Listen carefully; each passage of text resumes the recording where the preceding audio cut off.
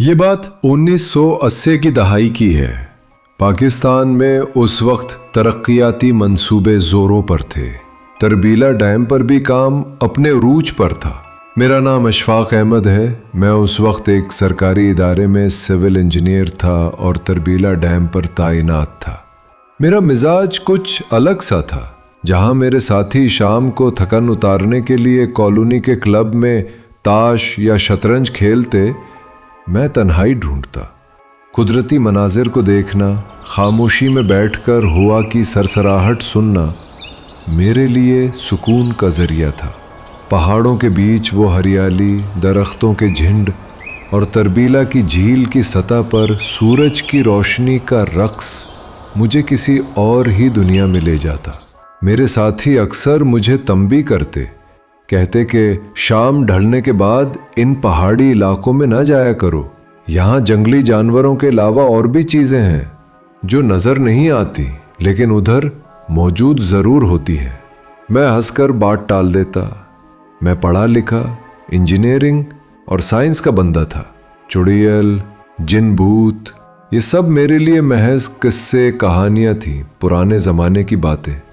مگر اس کے بعد جو کچھ میرے ساتھ ہوا اس نے میری ساری سوچ بدل دی۔ یہ مارچ کا مہینہ تھا۔ تربیلا کے علاقے میں موسم نہ زیادہ ٹھنڈا تھا نہ گرم۔ دوپہر تک میں پروجیکٹ کی سائٹ پر مصروف رہا۔ شام کے قریب دل میں آیا کہ آج ذرا دیر ٹھہر کر اس پہاڑی علاقے کا رخ کروں جہاں سے پوری وادی کا نظارہ ہوتا تھا۔ میں اپنی جیپ میں بیٹھا، کچے راستے پر تربیلا ڈیم سے تقریباً آدھے گھنٹے کی مسافت طے کی۔ وہاں ایک جگہ تھی، ہلکی سی ڈھلوان، جہاں درختوں کا گھنا سایہ اور پتھروں کی ایک قدرتی سیڑھی نما ساخت تھی۔ میں نے گاڑی ایک طرف کھڑی کی، تھرموس نکالا، کپ میں چائے آنڈے لی اور ایک پتھر پر بیٹھ گیا۔ فضا میں ہلکی خنکی تھی، پرندوں کی آوازیں اور درختوں میں سے چلتی ہوا کا میٹھا شور۔ یہ لمحے میرے لیے بے حد قیمتی ہوتے تھے۔ سورج پہاڑوں کے پیچھے ڈھلنے لگا، سنہری روشنی درختوں کی شاخوں پر پڑ رہی تھی۔ وقت کا پتہ ہی نہیں چلا۔ میں نے گھڑی دیکھی، 5:30 بج رہے تھے۔ دل نے کہا کہ اب نکلنا چاہیے۔ میں جانتا تھا کہ ان علاقوں میں شام کا اندھیرا بہت تیزی سے اترتا ہے۔ میں نے اپنا سامان سمیٹا، گاڑی سٹارٹ کی اور کچے راستے پر واپسی کا سفر شروع کر دیا۔ ابھی میں چند ہی منٹ چلا تھا کہ سامنے درختوں کے جھنڈ میں کچھ سفید سا حرکت کرتا نظر آیا، جیسے کوئی عورت سفید لباس میں کھڑی ہو یا آہستہ آہستہ چل رہی ہو۔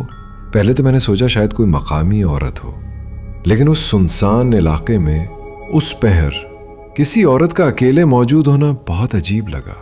میں نے گاڑی سست کر لی، شیشے سے جھانک کر دیکھنے لگا۔ جیسے ہی کچھ قریب پہنچا، وہ سفید سا ہیولا درختوں کے پیچھے غائب ہو گیا۔ میرے دل میں ایک انجانی سی گھبراہٹ اترنے لگی، لیکن میں نے خود کو سمجھایا کہ شاید کوئی وہم ہوا ہو۔ گاڑی پھر آگے بڑھا دی۔ کچھ دور اور نکلا ہی تھا کہ وہی سفید ہیولا پھر نظر آیا۔ وہ ہیولا کسی خاتون کا معلوم ہو رہا تھا۔ میں نے گاڑی تھوڑی اور بڑھائی کہ اچانک مجھے کچھ فاصلہ پر وہ بائیں طرف درختوں کے بیچ کھڑی بالکل ساکت دکھائی دی۔ اس کے لمبے بال اور سفید لباس شام کے اندھیرے میں اور زیادہ نمایاں لگ رہے تھے۔ میں گاڑی روک کر کچھ اور قریب جانے لگا، لیکن جو نہیں میں گاڑی سے سر باہر نکال کر دیکھنے کی کوشش کرتا، وہ خاتون غائب ہو جاتی۔ 3 بار یہ سب کچھ ہوا۔ دل کی دھڑکن تیز ہو گئی تھی۔ ایسا لگ رہا تھا جیسے کسی اندیکھی طاقت نے راستہ روک رکھا ہو۔